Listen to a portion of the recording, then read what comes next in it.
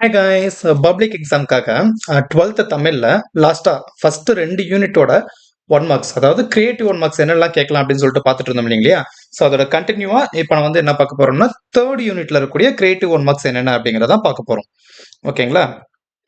சரி, இதில் ஃபஸ்ட்டு வந்து தமிழர் குடும்ப முறை. ஓகே, இதில் பாருங்க, சங்க இலக்கியத்தில் குடம்பை, குடும்பு, கடும்பு என்ற சொற்கள் குடும்ப அமைப்போடு தொடர்புடையவை. குடும்பு என்னும் சொல் கூடி வாழ்தல் என்று பொருள்படுகிறது. குடும்பு என்ற சொல்லின் பொருள் யாது அப்படின்னு கேட்கலாம். ஓகே, அப்படின்னா அதுக்கு என்ன மீனிங்னா கூடி வாழ்தல் அப்படிங்கிறது பொருள். அடுத்து பாருங்க, குடும்பு என்னும் சொல்லுடன் விகுதி சேர்த்த பொருண்மை விரிவாக்கமாக டேஷ் என்னும் சொல் அமைந்தது. அப்படின்னா குடும்பம் என்னும் சொல் அமைந்தது. ஓகேங்களா? அடுத்து தொல்காப்பிய பொருளியல் நூற்பா அப்படிங்கிற அதிகாரத்துல இல் மனை இந்த ரெண்டுமே வந்து பாத்தீங்கன்னா வாழிடங்கள் அப்படின்னு சொல்லியிருக்காங்க. வாழிடங்கள் இல் மனை என குறிப்பிடும் நூல், வாழிடங்களை இல் மனை என குறிப்பிடப்படும் நூல் அப்படின்னு எதுன்னு கேட்கலாம்.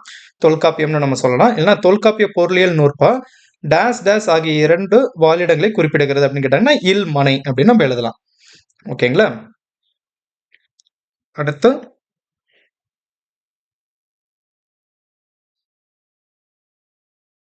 ஓகே, தம்மனை நும்மனை என்பது என மனைவியின் இல்லத்தையும் கணவனின் இல்லத்தையும் பிரித்து பேசும் போக்கினை காண முடிகிறது. எதுல அப்படின்னு பாத்தீங்கன்னா மருதத்திணை பாடல்ல தம்மனை அப்படின்னு எதை சொல்றாங்கன்னா மனைவியினோட இல்லத்தையும், நும்மனை அப்படின்னு எதை சொல்றாங்கன்னா கணவனுடைய இல்லத்தையும் சொல்றாங்க. தம்மனைனா தன்னுடைய வீடு, பெண்களை மையப்படுத்தி சொல்றாங்க. நும்மனை அப்படின்னா புகக்கூடிய வீடு, புகுந்த வீடு அப்படின்னு சொல்லுவாங்க இல்லையா? அதான் கணவனுடைய வீடு அப்படின்னு சொல்லியிருக்காங்க. அதே மாதிரி தற்காலிக தங்கும் இடம் அப்படின்னு எதை சொல்லுவாங்கன்னா புக்கில். ஓகேவா? திருமணத்திற்கு பின் கணவனும் மனைவியும் பெற்றோரிடமிருந்து பிரிந்து தனியாக வாழும் இடம் வந்து தன்மனை. இது பாருங்க, இங்க தம்மனை இருக்கு, இங்க தன்மனை இருக்கு. இது டிஃபரன்ஷியேட் பண்ணி பார்த்துக்கோங்க.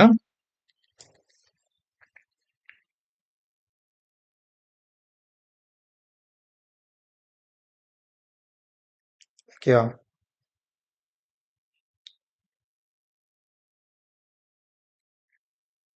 மனையோல் அப்படிங்கிற சொல் சங்ககால பாடல்கள் வந்து பின்பற்றி வராங்களா?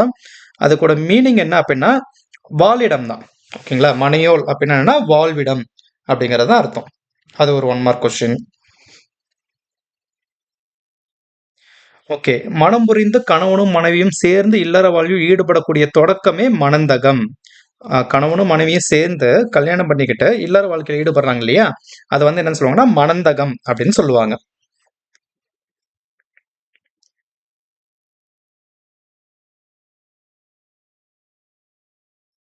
ஓகே, அடுத்து பாருங்க, செம்மோது பெண்டின் காதலஞ்சிறான் வானரை கூந்தல் முதியோல் சிறுவன் என் மகள் ஒருத்தியும் பிறமகன் ஒருவனும். இது எதுல சொல்லியிருக்காங்கன்னா கலித்தொகை பாடல்ல வந்து சொல்லியிருக்காங்க. ஓகேங்களா? இந்த பாடல் நோட் பண்ணி வச்சுக்கோங்க.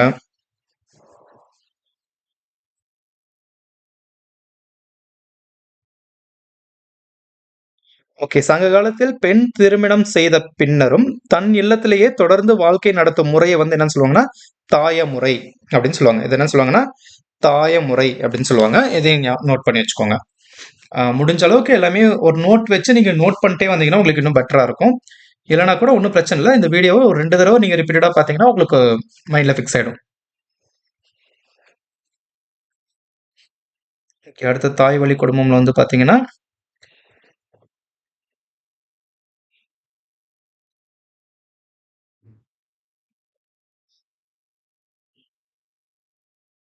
ஓகே, இங்க மோஸ்டா நமக்கு எந்த 1 மார்க்கும் கிடையாது. பாருங்க, மனையுற மகளிருக்கு ஆடவர் உயிரே. மனையுற மகளிருக்கு ஆடவர் உயிரே அப்படின்னு சொன்னது எந்த பாடல்னா குறுந்தொகை பாடல். ஓகேவா? அதாவது பெண்கள் வந்து முழுவதுமா கணவனையே சார்ந்திருந்தாங்க அப்படிங்கிறதுக்கு இது ஒரு சான்று. அதனாலதான். அதே மாதிரி நியூக்ளியர் ஃபேமிலி, இது வந்து கலை சொற்கள்ல கேட்பாங்க. அப்படின்னா தனி குடும்பம். அடுத்து இங்க பாருங்க, மறியடைப்படுத்த மாண்பினை போல அப்படின்னு எந்த நூல்ல சொல்லியிருக்காங்கன்னா ஐங்குறு நூறு பாடல்ல வந்து சொல்லியிருக்காங்க. அடுத்து எக்ஸ்பேண்டட் ஃபேமிலி அப்படின்னா விரிந்த குடும்பம். நோட் பண்ணி வச்சுக்கோங்க. நற்றாய் என்பதன் பொருள் வந்து பார்த்தீங்கன்னா பெற்ற தாய். செவிலித்தாய் அப்படிங்கிற பொருள் என்னன்னா வளர்ப்பு தாய் அப்படிங்கிறது தான். ஓகேங்களா, மோஸ்ட் அவ்வளவுதான். இதுல இருக்கக்கூடிய 1 மார்க்ஸ் வந்து இதுல அவ்வளவுதான். இங்க இருக்கு பாருங்க, பனுவல் அப்படிங்கிறதோட ஆசிரியர், அதாவது பனுவல் இதோட ஆசிரியர் யார் அப்படின்னு பார்த்தீங்கன்னா பக்தவத்சல பாரதி. இதை நோட் பண்ணி வச்சுக்கோங்க. பனுவல் என்னும் நூலின் ஆசிரியர் பக்தவத்சல பாரதி அப்படிங்கிறத நோட் பண்ணி வச்சுக்கோங்க. ஓகே, ஸோ இந்த லெசனில் நமக்கு அவ்வளோதான் இருக்கு. அடுத்து விருந்தினர் இல்லம்ல இருந்து நமக்கு என்ன 1 மார்க்ஸ் கேட்கலாம் அப்படின்னு பார்த்தீங்கன்னா, மோஸ்ட்டாக நமக்கு பாடல் எதுவுமே கிடையாது. பாடலோட ஆசிரியர் வந்து பார்த்தீங்கன்னா ஜலாலுதீன் ரூமி. இதை நோட் பண்ணி வச்சுக்கோங்க. தாகம் கொண்ட மீனொன்று அப்படிங்கிற நூலோட ஆசிரியர் யாரு அப்படின்னு பார்த்தீங்கன்னா ஜலாலுதீன் ரூமி தான். இது எதுல இருந்து மொழியாக்கம் செஞ்சது அப்படின்னு பாத்தீங்கன்னா,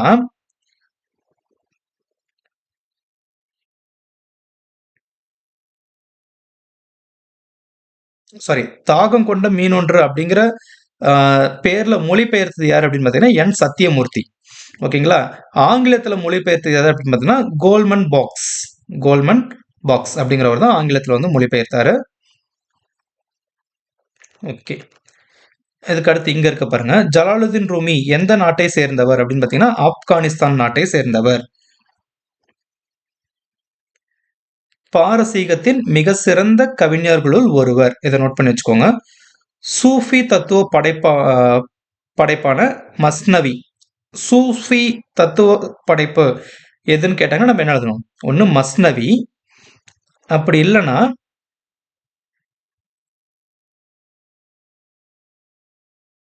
பாருங்க திவான் இ சம்ஸ் இ தப்ரிஸ்.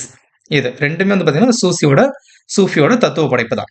ஓகேங்களா, இதெல்லாமே அதுவும் இந்த ரெண்டு இருக்கு பாத்தீங்களா, இந்த மஸ்னவி, திவான் இ சம்ஸ் இ தப்ரிஸ், இந்த ரெண்டுத்துல ஏதாவது ஒண்ணு கேட்கறதுக்கு வாய்ப்பு அதிகமா இருக்கு. இந்த லெசன் அவ்வளவுதான் நமக்கு வந்து 1 மார்க்ஸ் இருக்கும். அடுத்து கம்பராமாயணம் எடுத்துக்கிட்டோம்னு வச்சுக்கோங்களேன். இதுல மோஸ்டா நமக்கு சொல்லும் பொருளும் வந்து அதிகமா கேட்கறதுக்கு இருக்கு. அதுலயும் நான் இம்பார்ட்டன்ட் சொல்றேன். துன்பு அப்படிங்கிறதோட பொருள் வந்து துன்பம். இந்த பாடலோட பா வகை பார்த்துக்கோங்க, கலிவிருத்தம். ஓகேங்களா, அதுக்கப்புறம் தாதை, இதோட பொருள் வந்து பாத்தீங்கன்னா தந்தை. தாதை அப்படிங்கிறதோட பொருள் வந்து தந்தை. இதையும் நோட் பண்ணி வச்சுக்கோங்க. அதுக்கடுத்து செற்றார் அப்படிங்கிறதோட பொருள் வந்து பகைவர். செற்றாரோட பொருள் பகைவர். காணம் அப்படின்னா காடு. இந்த ரெண்டத்தையும் நோட் பண்ணி வச்சுக்கோங்க. அதுக்கப்புறம் இந்த பாடல் குகனோட ஐவரானம் பாடல் இருக்கு இல்லையா, அந்த பாடலோட பாவகை என்ன அப்படின்னு பாத்தீங்கன்னா அறுசீர் களி நெடிலடி ஆசிரிய விருத்தம். அறுசீர் களி நெடிலடி ஆசிரிய விருத்தம். அதுக்கப்புறம் இலக்கண குறிப்பு, பகுபத உறுப்பினர்கள்லாம் நான் தனியா ஒரு வீடியோ போட்டிருப்பேன். அந்த வீடியோவை பாருங்க. நான் ஐகார்ட்ல அதோட லிங்க் கொடுக்குறேன், இல்லைன்னா டிஸ்கிரிப்ஷன்ல கூட லிங்க் கொடுக்குறேன், நீங்க அதுல பாருங்க. அடுத்து இங்க நூல்வெளியில இருந்து நமக்கு ஏதாவது 1 மார்க் கேட்பாங்க அப்படின்னா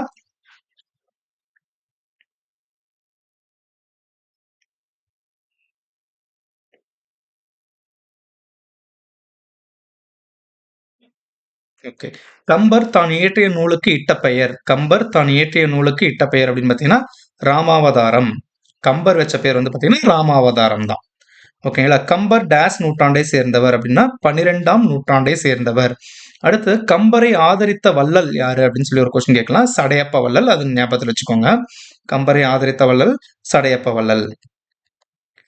ஓகே, அடுத்து உரிமை தாகம். இது துணைப்பாடம் அப்படிங்கிறதுனால இதுல இருந்து நமக்கு 1 மார்க் கேட்கறதுக்கு வாய்ப்பு இல்லை.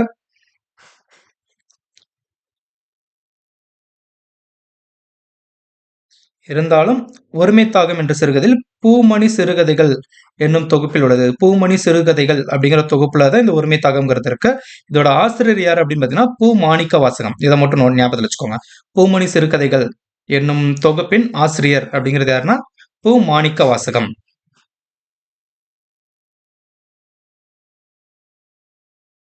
பூமணி அப்படிங்கிறது பூ மாணிக்க வாசகம் அப்படிங்கிறதோட சுருக்கம் தான். அதே மாதிரி கருவேலம் பூக்கள், இதோட ஆசிரியர் யார் அப்படின்னு பாத்தீங்கன்னா பூ மாணிக்க வாசகர் தான். அஞ்ஞாடி அப்படிங்கிற புதினத்துக்காக சாகித்ய அகாடமி விருது பெற்றவர் யாரு அப்படின்னு கேட்டாலும் பூ மாணிக்க வாசகம் தான். ஓகேங்களா, ஞாபகத்தில் வச்சுக்கோங்க. இலக்கணம் நமக்கு மோஸ்டா இலக்கணத்துல இருந்து புக்கின் 1 மார்க் வரது கிடையாது. ஸோ அதனால அதை நம்ம ஸ்கிப் பண்ணிக்கலாம். ஆனா இந்த இலக்கணம்ல புக் பேக்ல உங்களுக்கு 1 மார்க் இருக்கு பாத்தீங்களா, இதெல்லாம் தெளிவாக படிச்சு வச்சுக்கோங்க. இதை தவிர்த்து நமக்கு இன்னும் புக் பேக் 1 மார்க் எல்லாமே நம்ம படிச்சுக்கிட்டோம் அப்படின்னா, இதுக்கு அடுத்து நமக்கு எங்க இருந்து கேட்பாங்க அப்படின்னு பார்த்தீங்கன்னா, லாஸ்டா மொழி ஆல்பம் பகுதியில் இங்க இருக்கு பாருங்க. நியூக்ளியர் ஃபேமிலி அப்படிங்கிறது தனி குடும்பம், கல்ச்சர் அப்படிங்கிறது பண்பாடு, மேட்ரியார்ச்சி அப்படின்னா தாய்வழி சமூகம், ஹேபிடேட் அப்படின்னா வாழிடம்.